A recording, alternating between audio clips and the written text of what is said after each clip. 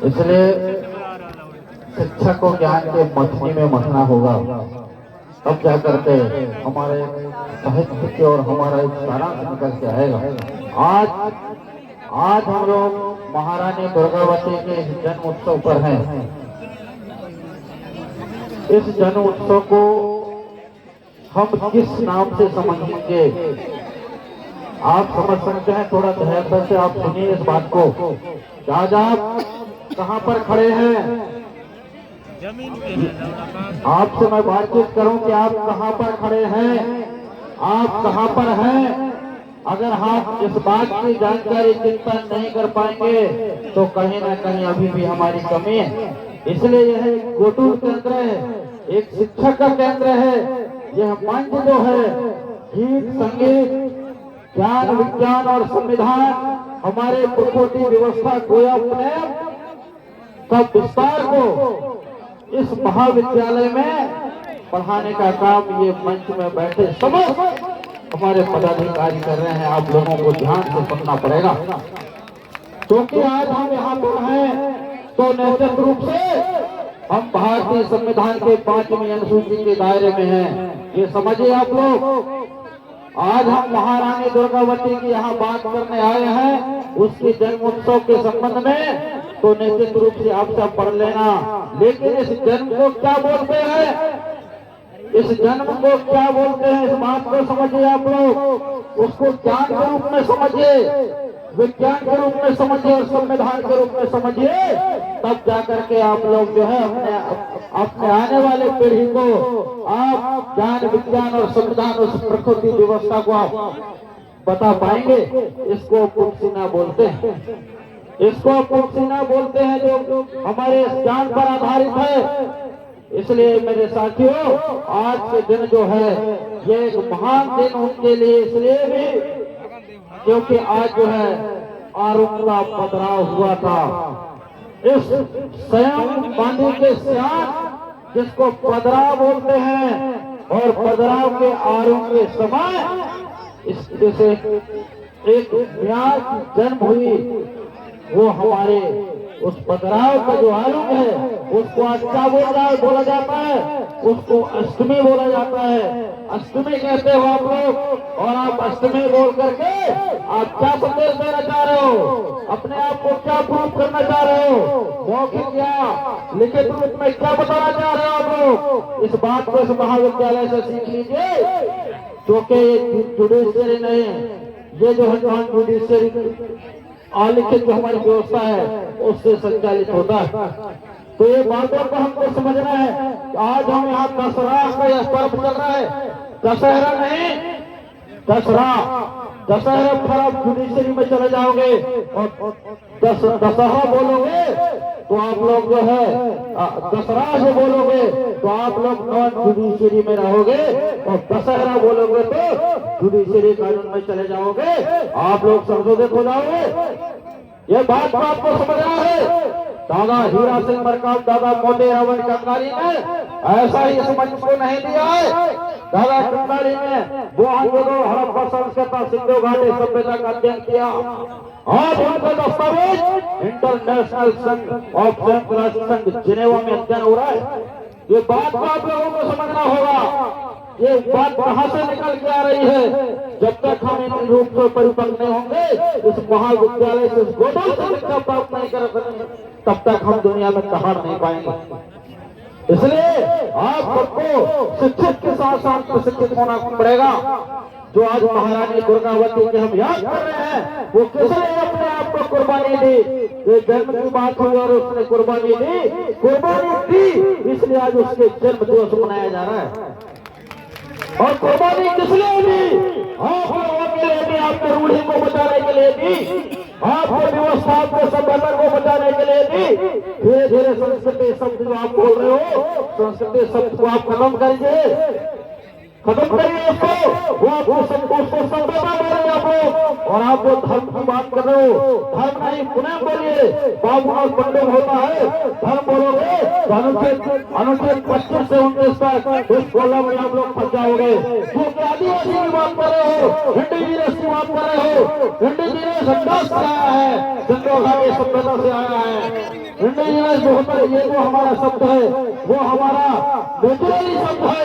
अगर हम उसकी बात करते हैं तो हम नॉन जुडिशरी की बात करेंगे, हम लोग ऑल इंडियन व्यवस्था की बात करेंगे। हम लोग तो देश की बात नहीं बल्कि कोरोना की बात करोगे तो 60% जमीन आप लोगों का है, 60% जमीन आप लोगों का है।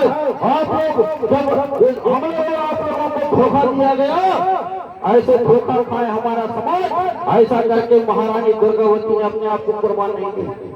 आप लोगों के लिए कुर्बानी दी ताकि आपका जमीन, आपका जंगल और आपका जल, जंगल और जमीन सुरक्षित रहे, साथ में आपका जमीन भी जिंदा रहे, इसलिए उन्होंने अपने आप को कुर्बानी दी। लेकिन मेरे सम्मानीय साथियों, आप लोगों के साथ में लगातार अन्याय, अत्याचार, शोषण समय तमाम प्रकार के अधिकार हैं आपकी खत्म की जा रहे हैं। मैं पिछले वृत्तांत में नहीं जाऊंगा, उसमें मैंने पिछले सभा में भी यहाँ पर आमंत्रित किया गया, उस समय मैंने एक तरफ से सबकी जंग कुंडली निकाल दी थी।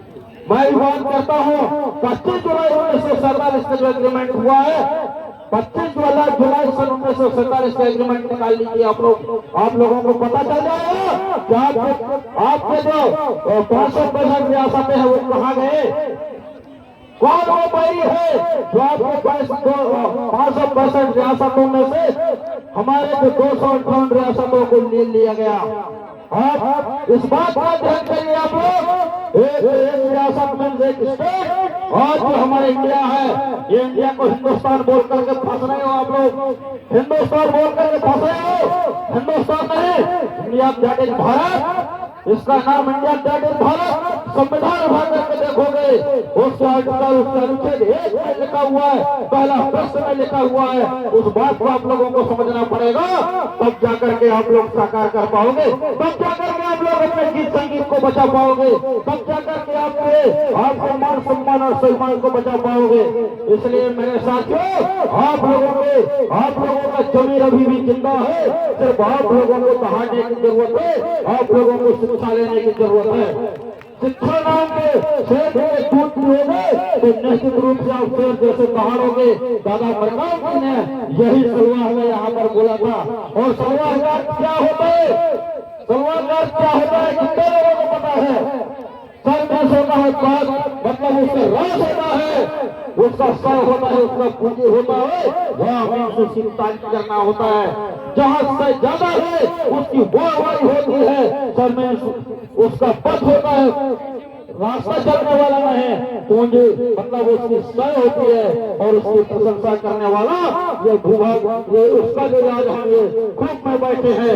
ऐसे जगह पर महारानी दुर्गावती की भी अब उसके जो आज हम उसके जो पक्ष न मानी है, उस पर हम लोग यहाँ पर उपस्थित हैं। शायद हमसे एक चीज छूट रही है, मुझे अभी याद आया, क्योंकि आज हम महारानी दुर्गावती जी के यहाँ पुण्यतिथि मनाते हैं, तो हमारे मंच में भी जो है एक मातृशक्ति होनी चाहिए थी जिसका हम मान सम्मान कर सके। शायद मुझे लगता है कि अभी हमें से छूट रही है, लेकिन हमारे संरक्षण के बाद भी ये चीज एकदम हम यहाँ साकार करेंगे, ताकि हम लोग जो है हमारा जो जमीन है उसको जो परिचय दे सके, पहचान दे सके। इसलिए आप लोगों को जैसा मैंने कहा कि आपके 565 रियासत में 200 रियासत कहाँ है, रियासत कहाँ है उनका पता आप लोगों को लगाना पड़ेगा। वो कौन लोग है जो आपको 265 रियासतों को ले लिया गया? आप लोगों के साथ में कितनी बड़ी छलावा हुई, आप लोगों को भारतीय संविधान लागू होने के बाद भी आप लोगों को अधिकार दिया गया, लेकिन वो कहाँ गई? आपकी व्यवस्था को खत्म करने वाले लोग कौन है? आपके मुकदमी व्यवस्था को खत्म करने वाले लोग कौन है? इस बात को समझना होगा। चाहे वो आपको धूरा जो संहिता नहीं 1951 को खत्म करने वाला कौन है, जिसको ला करके अनुच्छेद 1959 को ला करके वहां रखी है। इस बात को समझना पड़ेगा आप लोगों को, आप लोगों को समझना होगा, आप लोगों को ये समझना होगा। हिंदुस्तान 1955 को समझना होगा। आप लोग फंसते ऊपर फंसते जा रहे हो, आपको फंसाते ऊपर फंसाते जा रहे हैं। और आप लोग जो है ये कहते हो कि हम लोग इतना ग्रेजुएशन हम ये पढ़ाई से हम दुनिया को घूमे, लेकिन अपने आप को नहीं बचा पाए, अपना अध्ययन नहीं कर पाए, तो क्या दुनिया का अध्ययन किए आप लोग। इसलिए मेरे साथियों आप लोगों को समझना होगा, भारतीय संविधान के अनुच्छेद 13(3) का आपको विधि का बल कानून का दर्जा देता है, और उसका हिस्सा आप लोगों को ये पूरा नियंत्रण करने का पावर देता है। आप इस देश के नागरिक नहीं, आप इस देश के मालिक हो। अगर मालिक हो तो मालिक जैसे आप लोग रहो। क्या प्रोटेक्शन आप लोगों का है यहाँ पर? क्या संरक्षण मिल रहा है आप लोगों को? बताइए क्या संरक्षण है आप लोगों को यहाँ पर? अगर आज हमारे आदिवासी समाज यहाँ पर एकत्रित हो रहा है, भारतीय संविधान जाति नहीं मानते, भारतीय संविधान का अनुच्छेद 13(3) को आप लोगों का रूढ़ी मानता है, और रूढ़ी हमारी व्यवस्था है, रूढ़ी हमारी सभ्यता है। उस बात को आप लोगों को समझना होगा मेरे साथियों, तब जाकर के आप लोगों का मान सम्मान और सम्मान वापस होगी, और तब जाकर के आप इस देश के मालिक कहलाओगे। नहीं तो आप लोगों के सामने चाहे 1885 की घटना हो, चाहे वो 1900 की घटना हो, चाहे वो 1911 की घटना हो, चाहे 1919 जलियांवाला बाग की घटना हो, चाहे 1921-22 की घटना हो, चाहे आप लोगों की जमीन है उसको सन 1926 में खत्म कर दिया गया। धरती में आपको सेनाओं का था पहले, ये खरना है आप लोगों का था, उसको सरकारी जमीन में ट्रांसफर करने वाले सन 1926 की घटना है। उस बात को समझना होगा। जल को उसी में खत्म कर दिया गया, जमीन और जल को खत्म किया, और जो गंगा वजह था उसको 1947 में खत्म कर दिया गया। आप लोगों को पता होना चाहिए, आप लोगों को पता होना ये चाहिए, लेकिन ये आप लोगों को पता नहीं है, इसलिए आप सोए हुए हो, पड़े हो आप लोग। अगर आज आप लोग यहाँ पर आए हो तो महारानी दुर्गावती जैसे बन करके जाना पड़ेगा आप लोगों को। क्या तैयार हो? बनोगे? महारानी दुर्गावती जी जैसे बनोगे आप लोग? अगर बनोगे तो एक बार मेरे साथ जोर वाला अभिवादन करेंगे।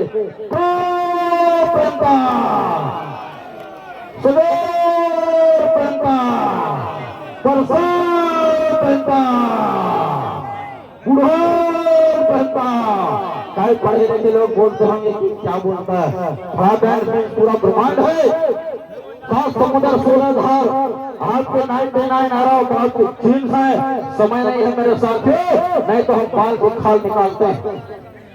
साइंटिफिक रीजन से करके बात करते हैं, जब तक विज्ञान की 5 कसौटी में कसा नहीं जाता हम उसको कभी नहीं मानने वाले लोग हैं। ये हमारी व्यवस्था में है। सदोर होता है सेफ्टी, जिसको आप साइंस में प्ले सेंटर बोलते हो, नोट कर लीजिए मेरे पढ़े लिखे लोग।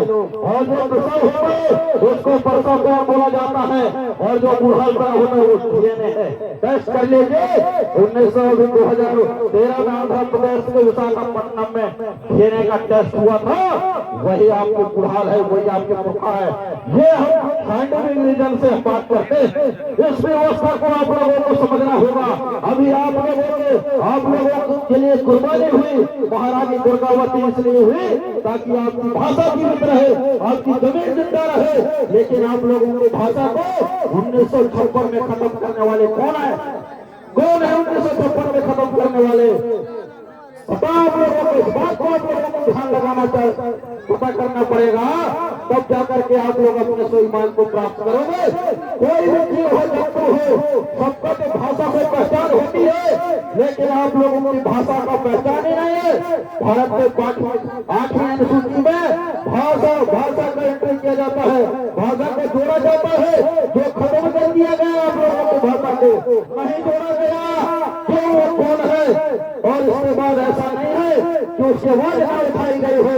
आप सब जानते हो, मैं कई बार बोल चुका हूँ कि बस्तर के राजा श्याम लाल शाह ने संसद में वोट उठाया, लेकिन आप लोगों की भाषा को मान्यता नहीं दी गई, तब उन्होंने सांसद के कुर्सी को लाख मार करके वापस आया और इस समाज के सामने आकर के बताया ये जमीन था उसमें, वो चुना रहा उसमें। ऐसे लगातार हुई 1984 जून 19 दिसंबर 1984 में आपके साथ छलावा हुआ और 1985 जून 1985 में जो फाइट होना था यहाँ के जल जंगल जमीन का मालिकाना अधिकार आपको मिलना चाहिए था, जहाँ भी आप लोगों के साथ धोखा हुआ नहीं दिया गया, बल्कि 1973 में पंचायती राज अधिनियम ला करके और उसको संचालित करने के लिए 1996 में आपको संग्राम सभा का दे दिया गया। आप लोग के सुलझान बोलते हो और इसी के तहत आप लोगों के खरबों रुपया को तकाया जा रहा है। आप लोगों के खाता आप लोगों को पता नहीं है, आप लोगों को 275 अनुच्छेद 275 आप सभी लोगों को खाता है। कभी हिसाब जानने का प्रयास किया आप लोगों ने? कभी नहीं। कभी जानने का प्रयास किया? कभी नहीं।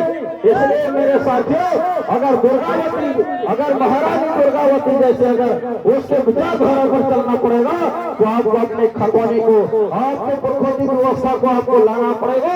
आप लोगों को वही बचा सकता है।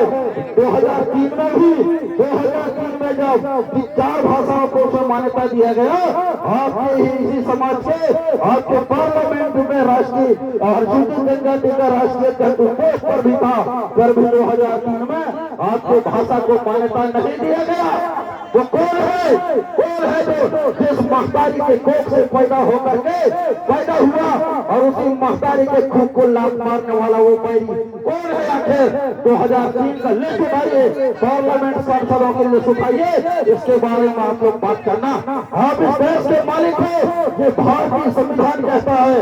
आप लोग फंसते जा रहे हो, नागरिकता के चक्कर में फंस रहे हो।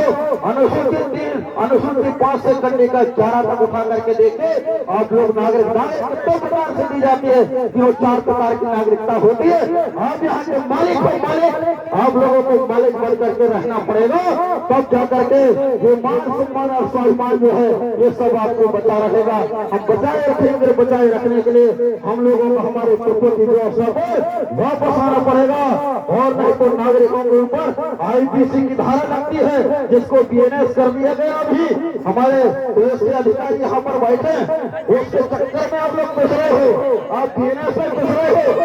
आईपीसी इंडियन पेनल कोड जिसको भारतीय दंड संहिता बोलते थे, वो अभी बीएनएस हो गया है, भारतीय न्याय संहिता। उसके तहत आप लोग गुजर रहे हो। इस बात को आप लोगों को समझ रहे और एक फैशन मत बनाइए। छोटे छोटे आपसी मामलों को गांव में निपटाने का प्रयास करिए। आप लोग आपके फैसला को लोकसभा न राज्यसभा के प्रतिनिधित्व कानून नहीं काट सकता। ये पावर आप लोगों के पास में है, इस पावर का इस्तेमाल आप लोगों को करना पड़ेगा। आप इस देश से, इस धरती के शेर नहीं, क्या है आप यहाँ के शेर नहीं, आप लोग बंधुआ हो, बंधुआ। लेकिन आप लोगों को अपने पावर का इस्तेमाल करना पड़ेगा। अगर आज बंधुआ भी है, शेर भी है, उससे बड़ा जानवर हाथी होता है, लेकिन अपने पावर के कारण, अपने पावर के कारण उस जंगल का राजा कहलाता है। इसलिए आप लोगों को भी अपने जमीन को जितना चाहिए और इस घाटी के राजा कहलाए, राजकुमारी कहलाइए, रानी कहलाइए। ये पावर आप लोगों को अपने आप को स्टेज करना पड़ेगा और खुद व्यवस्था में आप लोगों को जाना पड़ेगा। वही आप लोगों को बचा सकता है, क्योंकि भारतीय संविधान 2003 को सिर्फ रूढ़ी मानता है, रूढ़े। और एक बात और ध्यान रखना, एक ऐसा कोई पुलिस नहीं करेगा, क्योंकि पहले आप गांव में बैठे, गांव का जो पावर है वो लोकसभा और राज्यसभा में बड़े पावर है। ये आईपीसी जो है, ये आईपीसी के अंतर्गत जो आपका केंद्र सरकार है, आपका राज्य सरकार है, वो जो नागरिकता कानून है उनके ऊपर आईपीसी लगती है। आप लोग स्पेशल में भारत सरकार के लोग हो। भारत सरकार, केंद्र सरकार को समझिए, भारत सरकार मीन्स राष्ट्रपति। आप जो है राष्ट्रपति, आप लोगों का जो पावर है वो केंद्र और राज्य सरकार से बड़ा है। आप लोगों को जैसे स्टेट लेवल पर है तो महामहिम राज्यपाल महोदय आपका देख रेख करते हैं। महामहिम राष्ट्रपति महोदय जो है आपका संज्ञान ले सकते हैं। आप इतने पावरफुल हो मेरे साथियों, इसलिए आप लोग बहकना नहीं। आप लोगों के ऊपर कोई भी ऐसे एफआईआर नहीं हो सकते। ये आपको जो सीआरपीसी की जो धारा आप लोगों के ऊपर है, जो बीएनएस से भी आ रही है, उसके सेक्शन 5 के अधिकार आप लोगों को देता है कि जब तक यहाँ पर आप लोगों के बीच में पुलिस उसका इन्वेस्टिगेशन ना हो, हमारे सियानों के द्वारा जब तक जानकारी ना हो तब तक कोई भी धारा आपके ऊपर लागू नहीं हो सकता। इस बात को आप लोगों को समझना है। इसलिए महारानी दुर्गावती का यह जयंती मनाया जाता है ताकि जैसे आज के दिन में महारानी एक बेटी एक कन्या का वहाँ जन्म हुआ और वो आगे बढ़ करके पूरे गोवा में प्रख्यात हुई, वैसे ही आज इस व्यवस्था को आज ये व्यवस्था यहाँ अंकुरित हो रहा है। इस व्यवस्था को सृजन करके और आप लोग भी पूरे देश में अपने राज चलाइए। ऐसे ही विश्वास के साथ, ऐसे ही आशा के साथ मैं आयोजक समिति को आप सभी लोगों को बहुत बहुत धन्यवाद देता हूँ, क्योंकि आप लोगों ने जो है मेरे भविष्य को, मेरे बातचीत को बड़ी संक्षेप में मैंने कहा, उस बात को आपने ध्यानपूर्वक सुना और समझने का प्रयास कीजिए, क्योंकि और आने वाले अपने बाल बच्चों को बताइए। आयोजक समिति को बहुत बहुत धन्यवाद देता हूँ, क्योंकि निरंतर ये कार्यक्रम को आयोजन करने में पूरा योगदान देते हैं।